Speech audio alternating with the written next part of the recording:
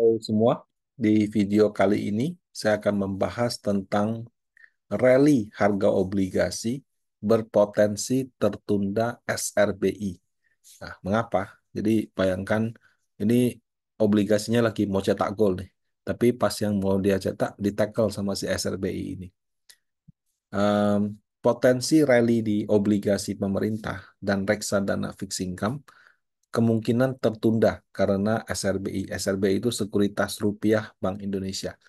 Kenapa harga obligasi mau rally? Dan apa itu SRBI? Mengapa dia menunda rally harga obligasi?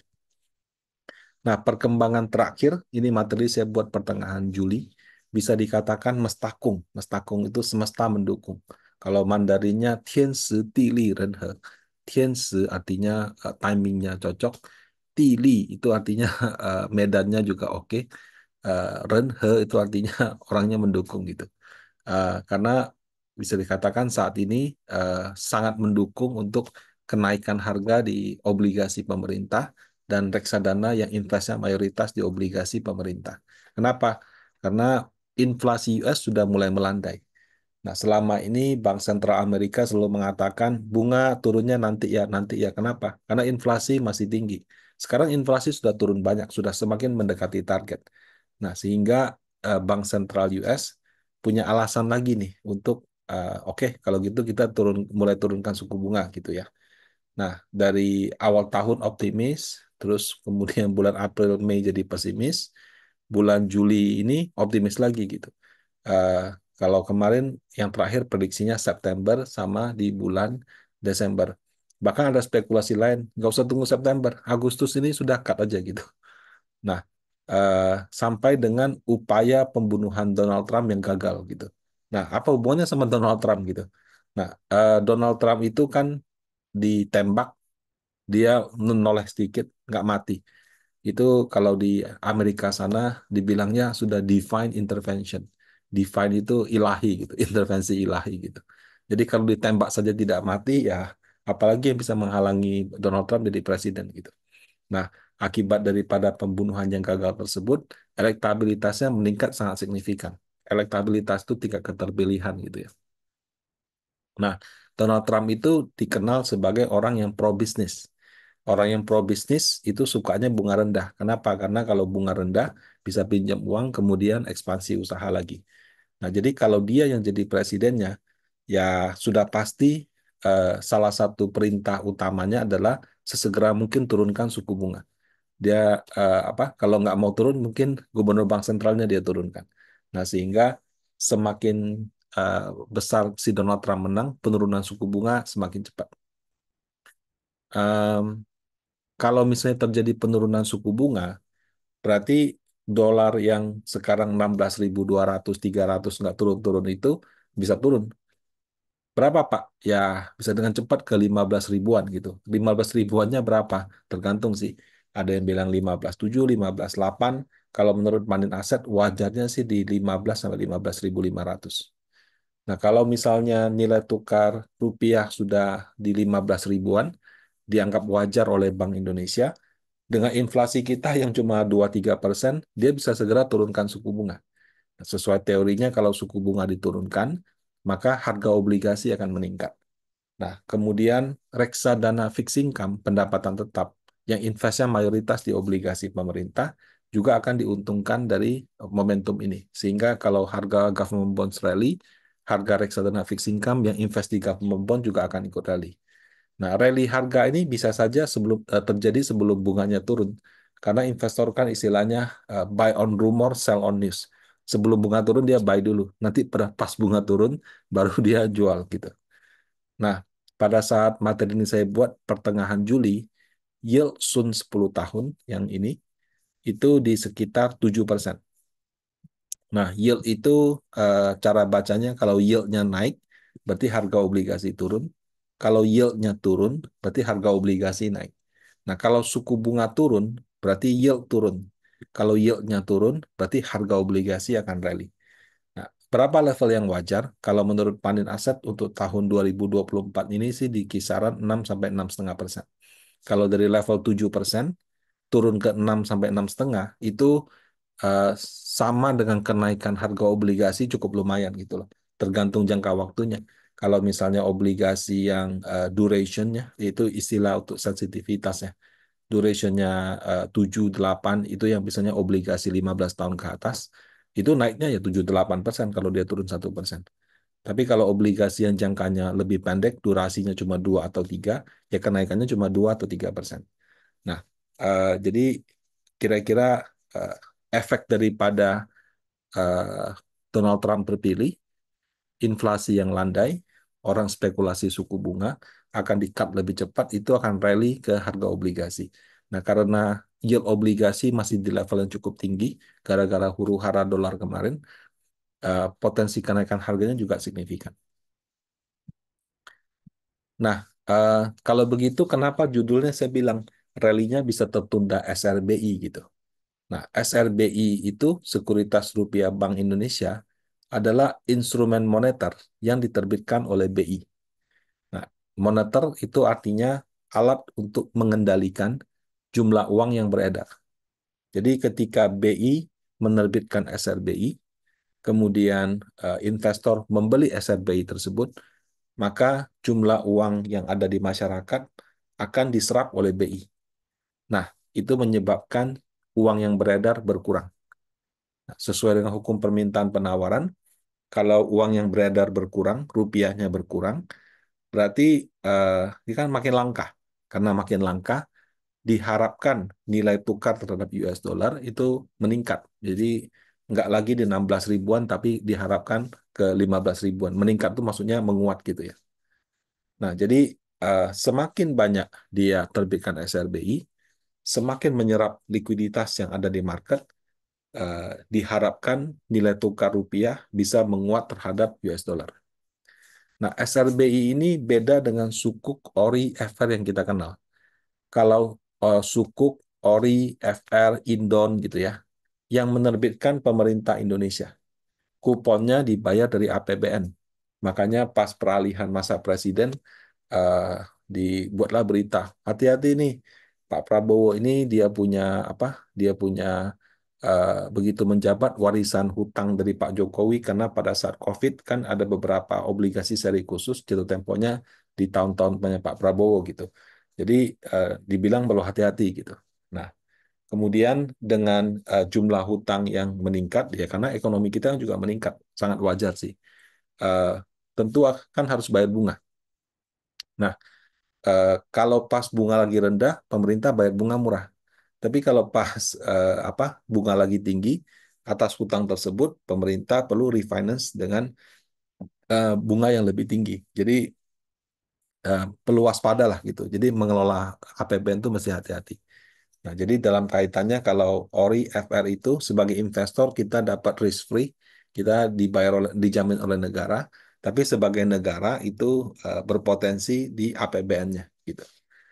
Nah, ketika kita membeli FR, membeli ORI, ya uangnya kan bunganya dibayar negara. Berarti uang pokoknya juga negara yang ambil dong. Nanti kan dia kembalikan pokoknya. Nah, atas uang tersebut dia pakai untuk program pembangunan, bantuan sosial, subsidi gitu, operasional pemerintahan dan sebagainya. Jadi ibaratnya kita minjamin uang ke pemerintah, pemerintah manage untuk finance-nya, kemudian dia bantu masyarakat dari pendapatan pajak dan lain-lain dia kembalikan ke kita. Nah, kalau SRB ini lain. SRBI ini sesuai namanya, BI. Jadi yang menerbitkan itu Bank Indonesia. Sehingga yang membayarkan bunganya itu juga Bank Indonesia. Nah, ketika BI menerbitkan SRBI, kemudian investor beli, uangnya masuk ke Bank Indonesia, tidak masuk ke pemerintahan. Sehingga nggak bisa dipakai oleh pemerintah.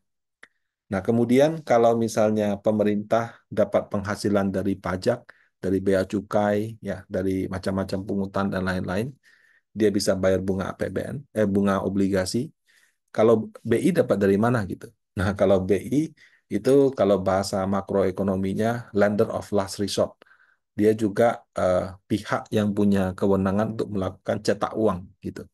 Jadi kalau dia bayar bunganya, ya ya dia cetak uang aja seperti itu. Nah, SRBI sendiri itu ada jaminannya. Jadi Bank Indonesia itu kan dia punya dana. dia juga membeli obligasi-obligasi pemerintah seperti itu. Nah, obligasi pemerintah itu dijadikan jaminan daripada SRBI. Jadi setiap 1 miliar SRBI yang diterbitkan, mungkin ya saya nggak tahu angka pastinya, tapi supposed to be dijamin oleh 1 miliar juga eh, obligasi FR. Nah, jadi dengan cara demikian eh, itu amannya SRBI sama kayak kita pegang obligasi negara. Nah, tapi bunganya SRBI lebih tinggi dibandingkan bunganya FR. Jadi misalnya FR itu tadi 10 tahun 7% dijadikan jaminan SRBI, SRBI-nya mungkin 7,5%. Jadi kalau menurut perkiraan saya, BI cuma bayar selisih bunganya aja karena dia dapat 7% dari government, kemudian dia kasih ke imbal hasilnya 7,5 seperti itu. Nah, SRBI sendiri cara kerjanya sama kayak zero coupon bond. Jadi zero coupon bond tapi tenornya kurang dari 1 tahun. Jadi misalnya begini, ada SRBI 1 tahun, imbal hasilnya 7%, itu bukan kayak kita taruh deposito dikasih bunga 7, bukan. Tapi kita beli obligasi dengan harga 93, kemudian kita hold sampai jatuh tempo. Nah, 93 sampai jatuh tempo kan 100. Berarti kan ada untung 7. Nah, kira-kira 7 dari 93 itulah sama dengan kira-kira yield 7%. Enggak persis 93 sih, pasti 93, something atau 94, something. Tapi kira-kira cara kerjanya seperti itu. Nah, kalau misalnya kita beli di harga 93, jatuh tempo dikembalikan 100, di obligasi kena pajak 10%. Kalau di SRBI dikenakan 20%. Jadi dia sama seperti deposito. Sama seperti apa namanya? SPN, surat pembenaran negara gitu. Itu juga pajaknya 20%. Nah, SRBI ini dilelang setiap 2 minggu. Contoh lelang yang saya ambil di sini tanggal 12 Juli. Ya, dia lelang itu ada 3 seri. 6 bulan, 9 bulan, 12 bulan. Nah, rata-rata yang dimenangkan itu adalah ini. Yang 6 bulan 7,3%, kemudian yang 9 bulan 7,39%, kemudian yang 1 tahun 7,45%. Nah, jadi eh, seperti ini, Bapak Ibu. Nah, dengan imbal hasil 6 bulan, 9 bulan, dan 12 bulan yang mencapai di atas 7%, ya sudah pasti banyak orang institusi keuangan, bahkan perorangan yang tertarik di situ. Reksadana juga sama gitu.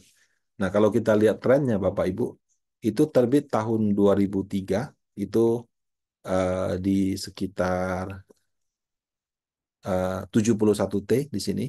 Di bulan Juni ini sudah 721 T.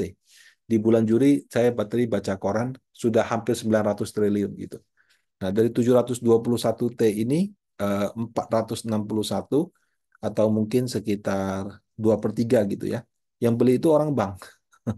Jadi perbankan itu pembeli terbesarnya. Habis itu kalau non-bank asing itu punya 192. Ya, besar juga sih, tapi lebih besar perbankan Indonesia. Nah, kalau buat perbankan itu eh, jadi free money, Bapak Ibu. Kenapa saya sebut free money? Bayangkan misalnya bank besar kayak Bank BCA, Bank Mandiri, Bank BRI, kasih Bapak Ibu deposito 3%. Kemudian dia dapat dari Bapak Ibu 3%, dia taruh di SRBI dapat 7,5%. Ya, dia langsung nggak usah ngapa-ngapain, cuma 4,5% gitu. Makanya pada saat SLB diterbitkan ini, orang bilang ada resiko crowding out. Ya, crowding out itu artinya ya udah bang nggak usah ngasih kredit, kita ini aja beli SRBI aja. Ada juga crowding out tuh mengacu kepada ya udahlah ngapain saya beli FR, FR aja 10 tahun cuma 7%. Ini 1 tahun dapat 7,5%. Jadi orang lebih prefer beli SRBI dibandingkan beli FR gitu. Nah, jadi apa namanya? Memang ada plus minus. Nah, di bagian bawah ini ada informasi Gisdor. Gisdor itu apa? Gisdor itu semacam kurs tengah BI gitu. Nah, imbal hasil yang diterbitkan oleh SRBI tadi itu kan berdasarkan lelang. Nah, lelang itu didasarkan pada kurs nilai tukar. Jadi makin lemah kurs nilai tukar, misalnya kayak bulan Juli ini bangsa 16.000, maka imbal hasilnya akan makin tinggi. Tapi kalau pas lagi 15.500-an, imbal hasilnya rendah. Jadi kalau misalnya yield daripada Sun FR tergantung inflasi, tergantung suku bunga, maka yield atau imbal hasil daripada SRBI ini tergantung kurs nilai tukar. Kalau pas lagi jelek, ya dikasih tinggi. Kalau pas sudah bagus, sudah wajar, ya dia normal seperti itu. Nah, tujuannya jelas gitu. Jadi misalnya eh, kalau saya pegang rupiah, wah kayaknya dolar menarik ya. Apa saya pegang dolar aja gitu. Supaya saya nggak ganti rupiah saya jadi dolar, udah deh ini masukin SRBI aja. Saya kasih bunga 7,5%. Nah, jadi tujuannya itu adalah supaya masyarakat, mungkin lebih tepatnya lembaga jasa keuangan, daripada kamu tukar rupiahmu ke dolar, kamu lihat Amerika higher for longer, kamu mau pegang US dollar, ya udahlah masukin ke SRBI aja saya kasih bunga tinggi. Kira-kira seperti itu maksudnya. Nah, SRBI ini ya terus terang ini jelas ya, bagus dan jenius menurut saya. Ya, karena jelas kenapa dia itu mau mengendalikan kurs nilai tukar. Jadi jangan sampai proses konversi rupiah ke dolarnya terlalu banyak sehingga malah dolarnya menguat nggak terkendali. Bagus dan jenius. Kenapa? Karena kalau pemerintah intervensi dengan cara beli sun nggak bisa juga ya. Dan sun itu kan imbal hasilnya yang tanggung negara akan memberatkan APBN. Kalau SRBI kan yang tanggung BI. BI kan dia tinggal cetak uang. Jadi dia bisa melakukan pengendalian terhadap apa namanya terhadap nilai tukar dengan tidak membebani negara gitu. Nah, tapi eh, ada sisi negatifnya juga gitu ya. Ya tadi sudah saya jelaskan. Kalau misalkan obligasi itu 10 tahun cuma 7%, SRB setahun 7,5%, ya no brainer lah itu ibaratnya ya udah hajar dulu yang 1 tahun 7,5% seperti itu. Nah kemudian karena gampangnya mendapat imbal hasil, bank jadi malas menyalurkan kredit. Ngapain saya salurkan? Ya saya lempar ke SLBI aja gitu. Nah kemudian karena likuiditas berkurang, bank jadi perang bunga deposito. Oh, kalau saya bisa no risk, saya dapat untung selisih deposito dengan itu, ya udah saya naikin aja bunga depositonya. Nah, kalau bank-bank besar seperti Bank BCA, Bank Mandiri, Bank BRI menaikkan suku bunga, apalagi bank-bank yang kecil, nah itu akan terjadi kenaikan suku bunga deposito, dan kalau misalnya kenaikannya tidak terkendali, kasihan bank-bank yang kecil gitu loh. Karena kalau bank besar naikin bunga deposito, bank kecil supaya dananya nggak pindah, itu harus kasih bunga deposito yang lebih tinggi lagi. Nah, memberikan bunga deposito tinggi kan bukan berarti tanpa resiko. Kalau misalnya pas mereka lempar kredit, cuannya harus lebih banyak, berarti harus kasih bunga kredit lebih tinggi. Bunga kreditnya terlalu tinggi, kalau macet dia resiko. Kalau misalnya dia nggak kasih bunga kredit tinggi, dia kehilangan nasabah depositonya. Serba salah gitu. Jadi memang kalau bisnis perbankan lebih ke bagaimana manage ekspektasi daripada klien dengan suku bunga kredit dan depositonya. Nah, kemudian karena eh, SRBI kasih imbal hasil yang tinggi, orang kalau beli obligasi, ya saya juga mau yield yang tinggi. Jadi kalau yieldnya tinggi, harganya menguat nggak laku gitu. Nah itu juga menurut saya yang membuat kenapa rally daripada harga obligasi itu tertunda gara-gara SRBI ini. Jadi dia seperti produk kompetitor gitu.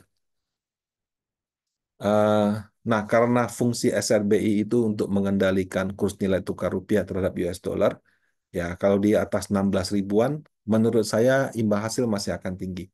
Imbal hasilnya mungkin baru akan jatuh signifikan ketika dia punya apa namanya, dia punya kurs sudah ke 15 ribuan. Nah, pada saat itu mungkin harga obligasi baru akan rally. Tapi selama kursnya masih 16 ribuan, kelihatannya masih cukup sulit bagi harga obligasi untuk rally. Ya, kalau misalnya Bapak Ibu adalah investor reksadana fixed income, kok bunga mau turun nih, harga obligasi belum naik. Kalau sementara ini gara-gara SRBI. Tapi begitu bunga SRBI sudah turun, kemudian kursnya sudah di bawah 16 ribu, nah mungkin disitulah momentum rally untuk harga obligasi dan reksadana fixed income. Nah, setahu saya juga pernah diskusi dengan pejabat di Bank Indonesia, SRBI ini memang lebih ditujukan untuk lembaga jasa keuangan aja. Perorangan itu sepertinya tidak disarankan gitu. Jadi kalau Bapak Ibu tanya, bisa nggak saya beli? Setahu saya beberapa bank besar itu sudah menolak gitu. Dan kalaupun misalnya ada yang bisa, mungkin kecolongan. Ya, Jadi kira-kira demikian tentang SLBI. Semoga bermanfaat bagi Bapak Ibu semua. Terima kasih.